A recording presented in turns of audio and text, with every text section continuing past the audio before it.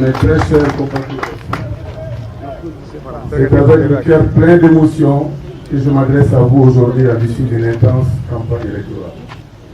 Grâce à votre mobilisation sans pareil, nous avons conquis le cœur et l'esprit de nos compatriotes.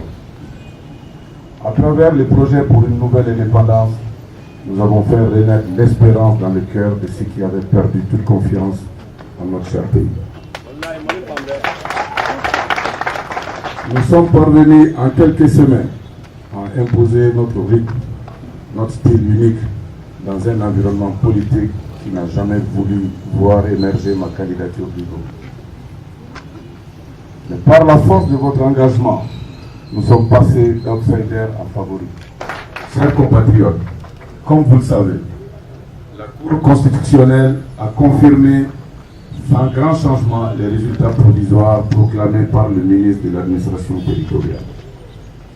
Ces résultats définitifs nous placent en 3e position sur 24 prétendants avec 8,03% des voix.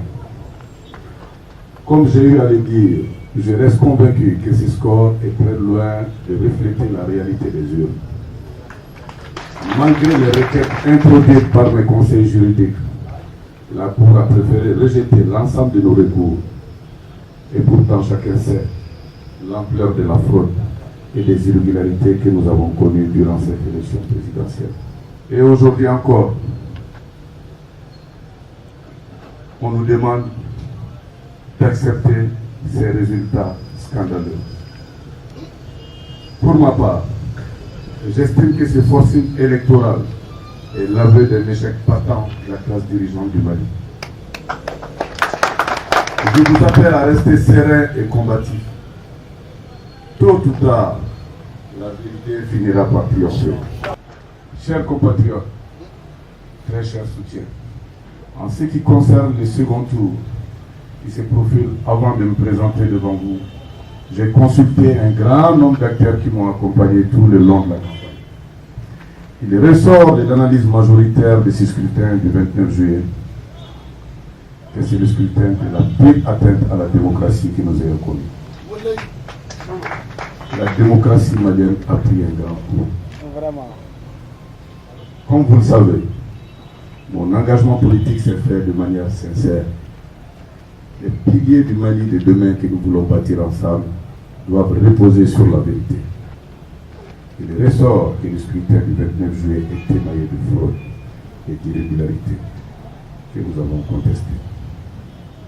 Nous ne pouvons pas cautionner la continuité du mensonge, des irrégularités et de la fraude qui nous a empêchés d'arriver au second tour. Je suis arrivé à la conclusion, en concertation avec tous mes soutiens, que pour l'heure, je ne peux faire davantage que d'inviter les Maliens à penser au Mali et à leur avenir. Chacune et chacun d'entre vous sait en toute conscience quel est son devoir républicain. C'est donc aux Maliens que je laisse le soin de s'exprimer comme il le souhaite au second tour de l'élection présidentielle. À l'approche du 12 août, je souhaite au Mali de connaître un scrutin apaisé. Qu'Allah bénisse le Mali et le peuple malien.